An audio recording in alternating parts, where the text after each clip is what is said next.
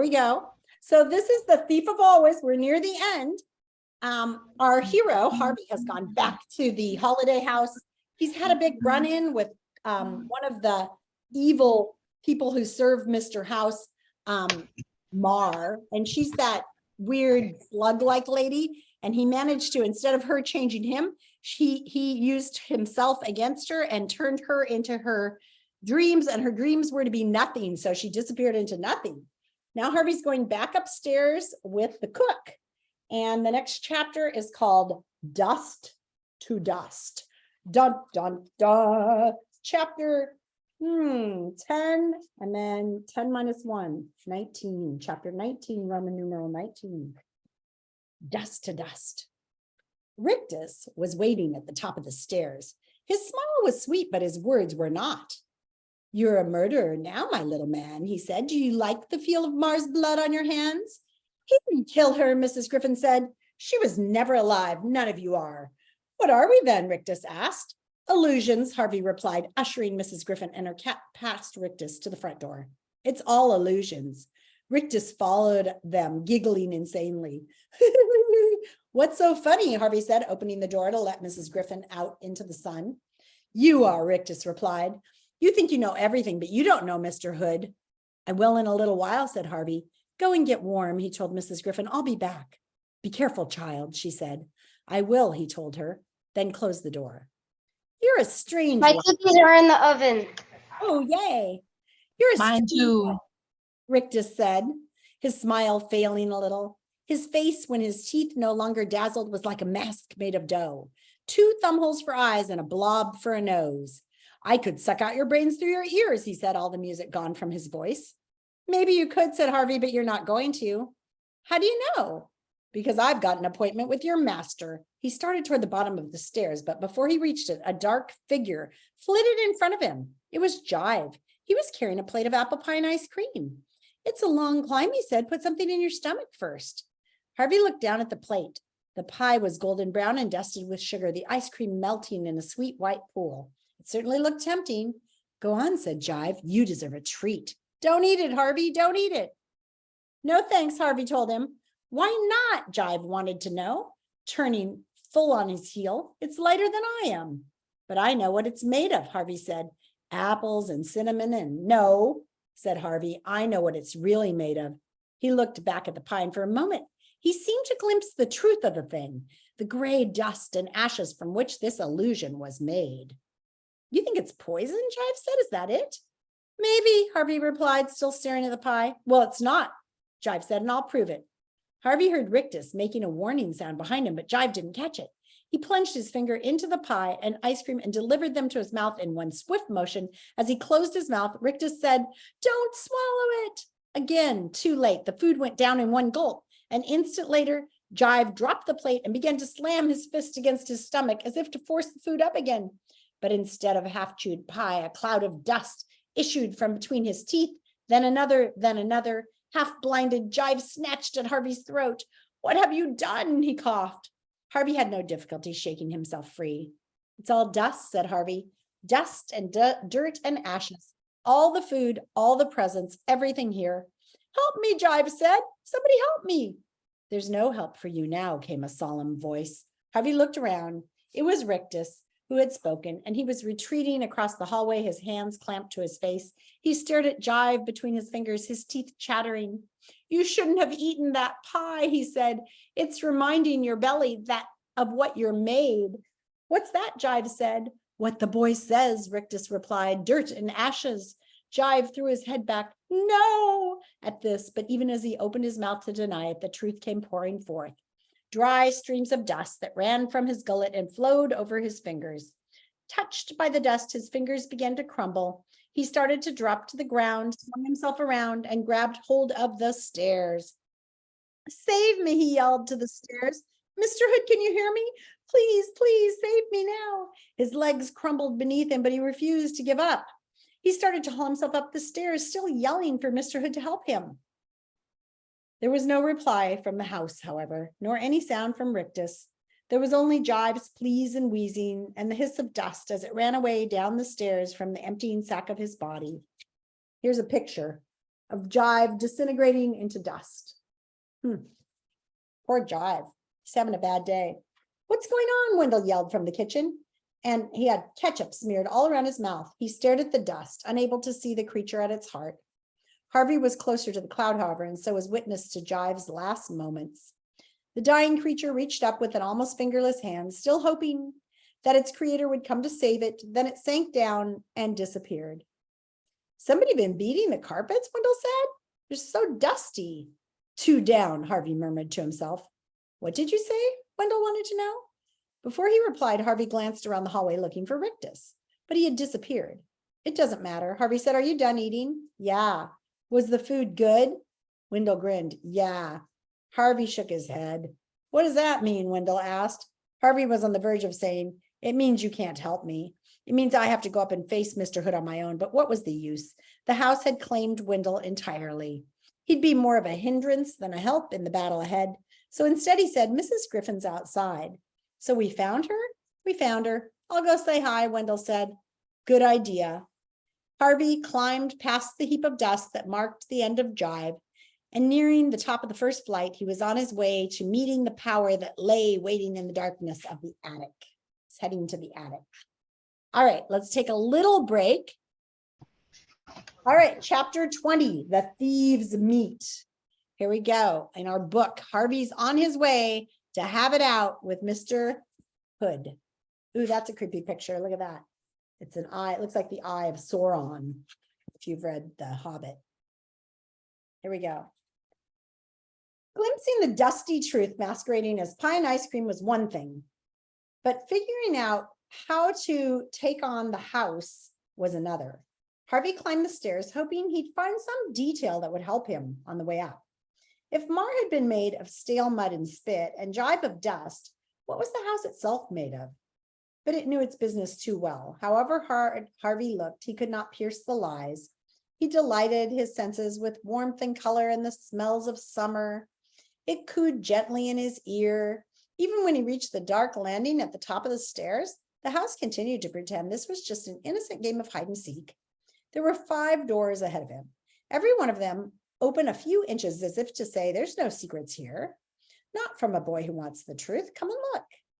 He dared, but not in the way the house had planned. After spending a few moments examining the doors, he ignored all of them and instead went back down a flight, chose a strong chair from one of the bedrooms, brought it back upstairs, climbed onto it, and pushed open the trap door that led onto the attic. It was hard work hauling himself up, but he knew when he'd finished and lay panting on the attic floor that his pursuit of Hood was almost at an end.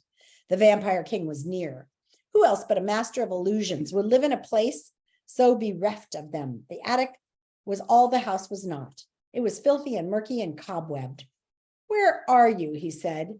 It was no use thinking he could surprise the enemy. Hood had watched him go up the stairs.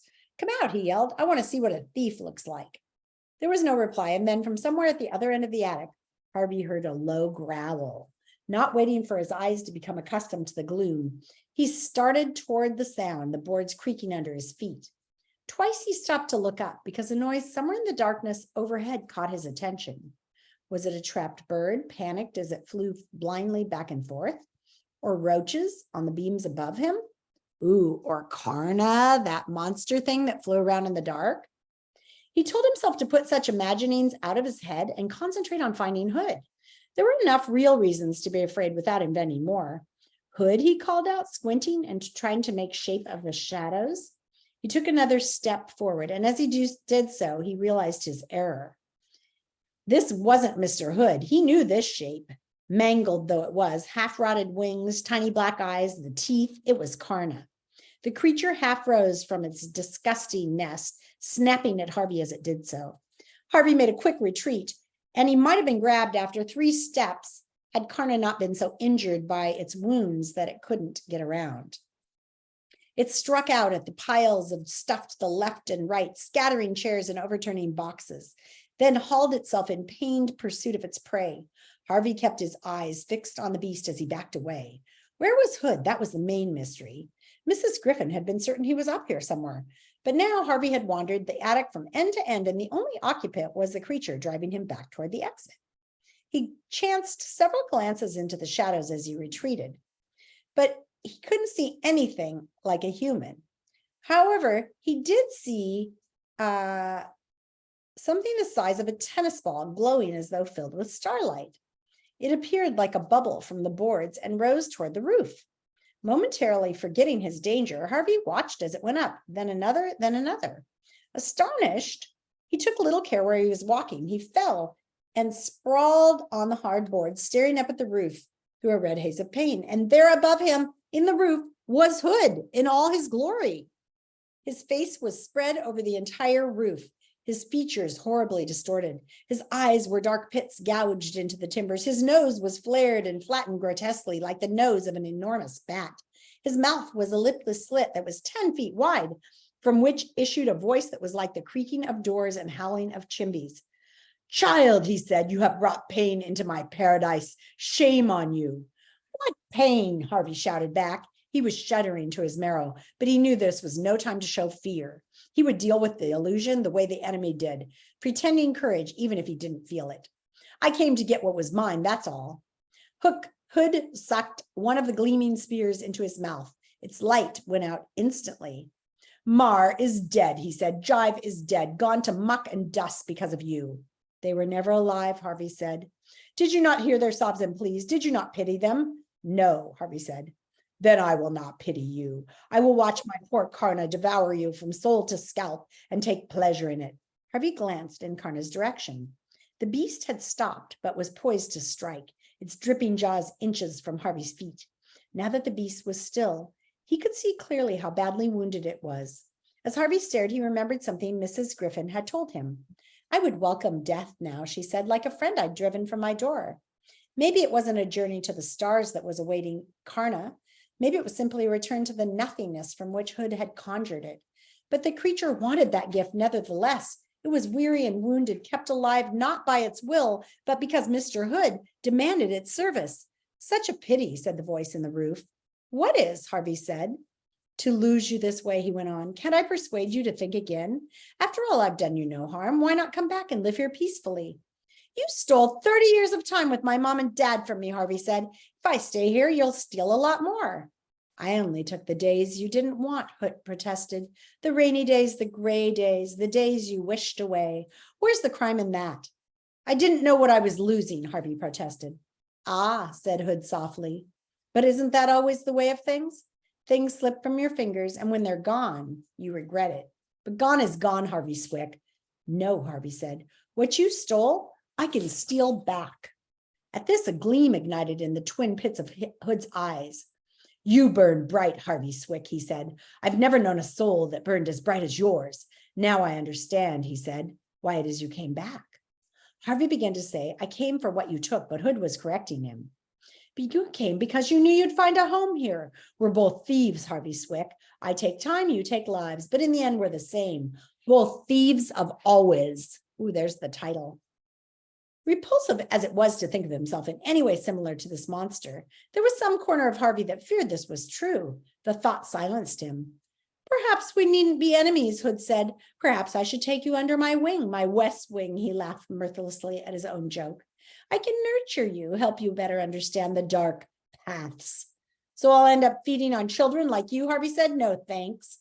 "I think you'd like it," Harvey Swick, Hood said. "You've got a streak of the vampire in you already." There was no denying this. The very word vampire reminded him of his Halloween flight.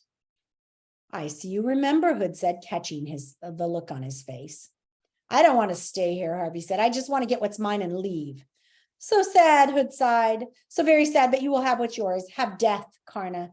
The beast raised its pitiful head. "Devour the boy." Before the beast could shift, Harvey scrambled to his feet. In the race to the trapdoor, he knew he had little chance of outrunning Karna.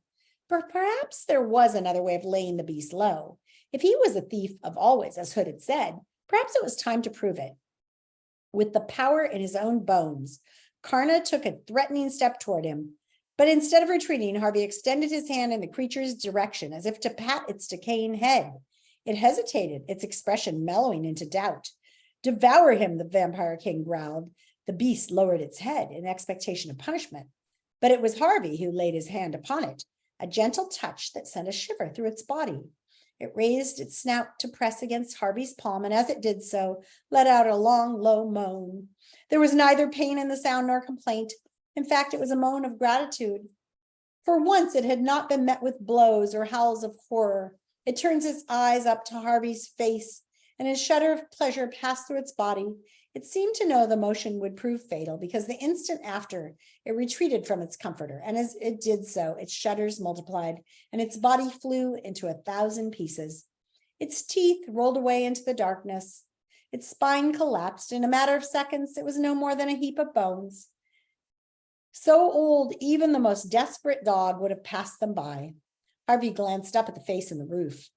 Hood's expression was one of utter confusion. His mouth was open, his eyes staring. Harvey didn't wait for him to break his silence. He simply turned his back on Karna's remains and hurried toward the trap door, half expecting the creature in the roof to slam it shut.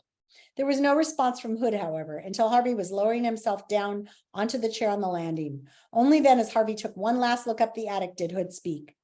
"Oh, my little thief," he murmured, "what shall we do with you now?" And that is where we stop today at chapter 21. We just have the last couple of chapters to read tomorrow and the next day, and we'll finish it by Friday. So exciting. All right, friends, it's pretty late now. It's 1:40. We have our 2 o'clock meeting in 20 minutes. Enjoy your cookies, and I'll see you at 2.